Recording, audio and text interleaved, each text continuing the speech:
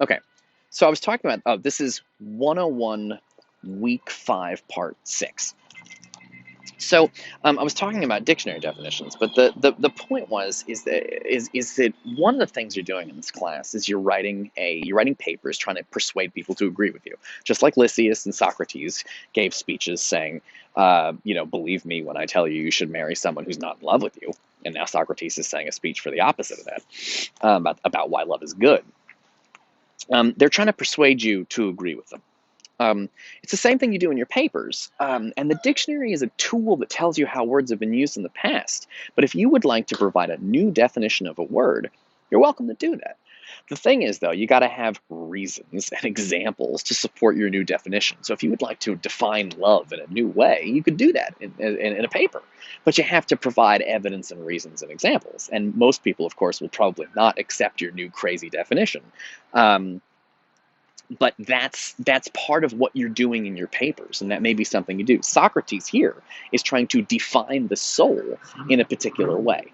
Um, Now, again, he's not saying what the soul is. He's just saying what it is like, what it is similar to. Actually, I can give you another example of that.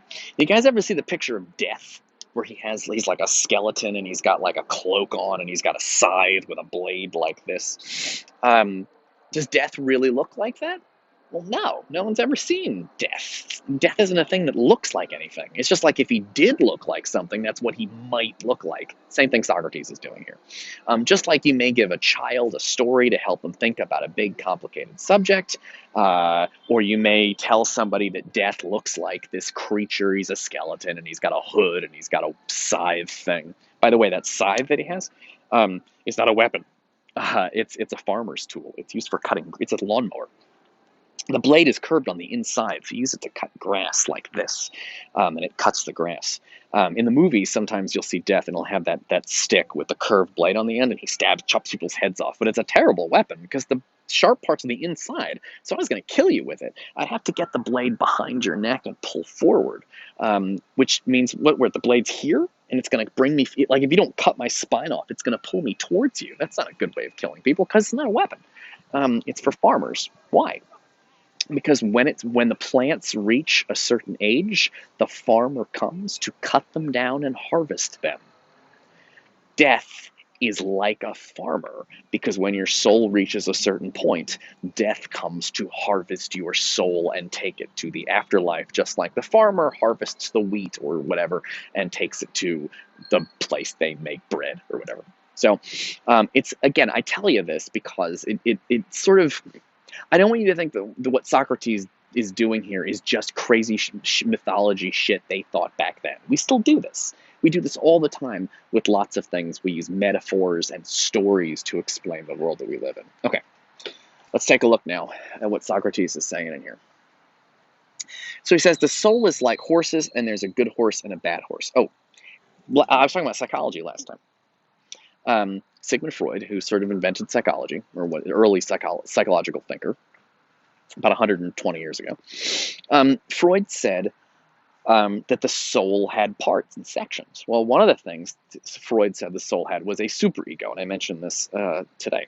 But the superego is the part of your brain that tells you what you should do the right thing. That the id is a section of your brain that says this is bad. You do bad stuff. Let's just party and alcohol and sex and drinking and food, whatever, fun. And the superego is like follow the rules, and the id is like have fun. And that's a key part of thinking about modern day psychology is you have these two voices in you. Happens all the time. For example, like I think we talked about this already, but like when you go to a restaurant and you're like, what am I going to order for food? The salad is something that would be very healthy for you to eat. That would be a good thing to do. That's your superego telling you that. But then there's part that's like, no, get the fried chicken sandwiches. That's the bad part. That's the part that tells you to get the thing that's delicious but bad for you. These two voices, Freud calls it the superego and the id. Christianity has this idea of there's an angel on your shoulder and a devil on your shoulder. And the devil says do bad things, the angel says do good things. Socrates, he says two horses, good horse, bad horse, tugging your soul in different directions. These are there's similar ideas is the point. All right, let's see what Socrates has to say here. Um, okay, so he says, I will endeavor, I'm going to try, to explain to you in what way the mortal differs from the immortal creature. So he's going to explain to you the difference between the gods and human beings. The soul in her totality has the care of inanimate being everywhere, and traverses, meaning travels, the whole heaven in diverse forms appearing. Gods look different. When perfect and fully winged, she soars upward and orders the whole world, whereas the imperfect soul, losing her wings and drooping in her flight, at last settles on the solid ground. There, finding a home, she receives an earthly frame which appears to be self-moved, but is really moved by her power. And this composition of soul and body is called a living and immortal creature. So he basically says that human beings, it's like clay or whatever, and then a soul gets into the body and it can move it around. So pretty straightforward there, not super complicated. But that souls are heavenly and immortal, and bodies are earthly and mortal. And so the important thing for Socrates is that there's two parts to you. There's a sort of immortal part, the soul, and then there's sort of the flesh part, the body. Okay. All right. For immortals, no such union can reasonably believe to be. Although fancy, not having seen. Oh, sorry, pages are flipping around. Fancy here means imagination. Although imagination, not having seen nor surely known the nature of God, may imagine an immortal creature having both a body and a soul, which are united throughout all time. Let that, however, be as God wills, and spoken of acceptably to him. And now let us move to the reason why the soul loses her wings. So as he says, nobody really knows what the gods look like, but the idea is you imagine they're sort of pure soul. They don't have regular earthly bodies that get hungry or whatever, even though the gods eat in stories. I don't know. His point is, for purposes of this class, what you're going to need to know is that Socrates says that there's two forces inside you. Christians call it the good angel and the devil or whatever, but Socrates says that it's the soul and the flesh, and that they want different things. And he imagines it like two horses, and he imagines the horses as having wings, because he imagines the soul as having wings, because they imagine the heavens being way up high. And that is, that's what he wants to talk about. Cool, looking good. All right, let's keep going. So he says, the wing is the corporeal element which is most akin to the divine. This is what I was just saying. So why does he say the soul have this? My fingers are messed up. He says, why does he say that the soul has wings? Because God's flying around the heaven in the sky, etc.